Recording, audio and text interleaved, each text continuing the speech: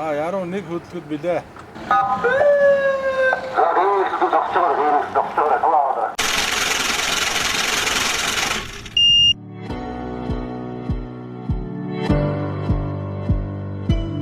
За сайн байцгаана уу. Би Мөнгөн тэмдэгтийн газрын үйл ажиллагааны хэлтсийн тоолох хэсгийн ахлах янагч Баярмаа байна. Би 1992 онд анх энэ Монгол ангитай холбогдсон. Миний наад зах энэ ерөнхий оронд одоо хуучнаар бол Улсын банкны ерөнхий оронд ажилладаг байсан Софт гэж хүн байсан. Тэр хүн намайг анх үйлчлэгчээр яг энэ корпуст ажилд оруулж зүгсэн байгаамаа.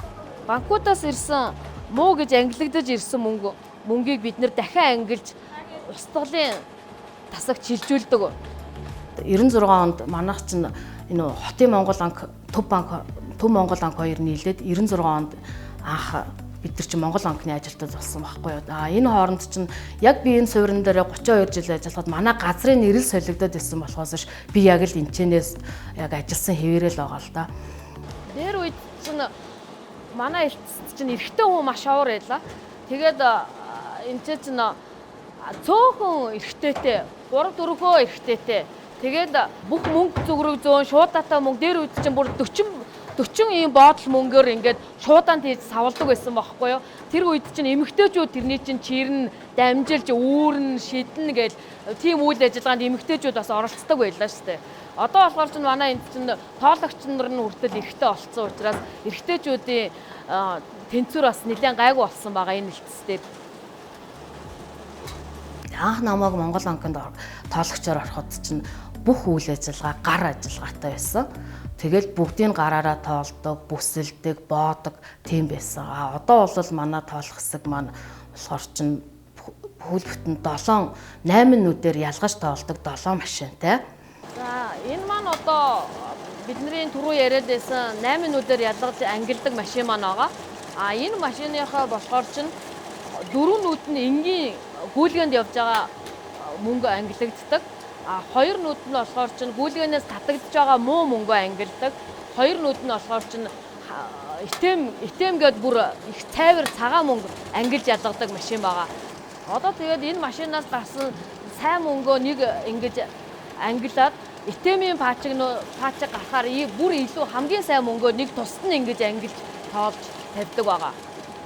Тэгээд энэний дараагаар болохоор чинь бид нар энэ мөнгийг хянагч маань ширээний хянагч маань ингээд болт руу аваачиж өгдөг. Тэгээд тэрнээс хойш одоо би 32 дахь жилдээ яг энэ корпуст ерөөсөө ажилласаар л байгаа. 93-аас 2004 он хүртэл тоологчийн ажлыг бүтэн 12 жил хийсэн байгаа. Тэгээд 2004 онд би бэлтгэл сангийн няруу ажилд ороод 2019 оноос тоолох хэсгийн ахлахын ажлыг хийгээд одоо явж байна.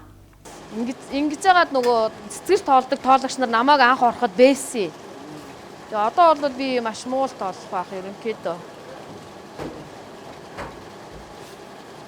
Ингээ тоолагч хийж явах үед их хурдан тоолдог байсан. Гүйлгээнээс татагдаж ирж байгаа мөнгийг тоолж шалгаж явах явцад одоо муу мөнгө маш ихээр гардаг л да. За тоолагчоос гарсан мөнгө богчод ирсний дараа итэмд явах сайн мөнгө зүгээр гүйлгээнд явж байгаа сайн мөнгө гэж ингэж хоёр ангилагддаг сайн мөнгө.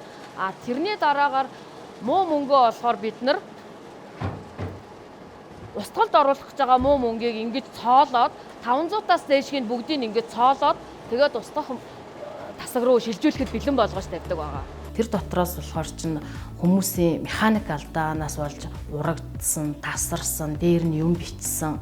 Тэгээ тэр байтгаа бүр ил задгаа 0 дунгаагаад бохирдуулаад авчирсан мөнгнүүд хүртэл байдаг. Энэ маань болохоор зөвхөн иргэдийн бэлэн мөнгөтэй харьцах соёлтой холбоотой байгаа. Тэр байтгаа уул дахилганд өргөх, овоонд өргөцсөн байх. Эсвэл тэр бомбонд аваачаад хийцэн байх энэ төр гээд буруу хэлбэрээр ашигласан байдаг. Гэтэл төгрөг маань бол зөвхөн төлбөрийн л хэрэгсэл байгаа шүү дээ. Одоо энэ чинь хүн харахад ингээд шууд машинаар ингээд тоолоод гаргаад байгаа юм шиг байгаа. Гэхдээ энэ чинь бүгдийн хооронд нь дүнгийн нийлүүлж шахах штэ. Банкаар нь шахана, гарын үсгэнд нь шахаж тоолно. Хамт ажиллаж исэн Халтар захирал, Нягтлан Солонгоо, одоо Мөнхраагч байсан Гамбаа, Батбаатар, Наран гэрэл, Баачка, Цэрэнбаал энэ төртэй маш их талархаж явдаг. Яагаад тэгэхээр би тэр ажиллаж явах хугацаанд бид нар маш их гар нийлээд маш үр дүнтэй ажилладаг байсан учраас алдаа дутагдал гардаггүй тийм сайхан жилүүд байлаа.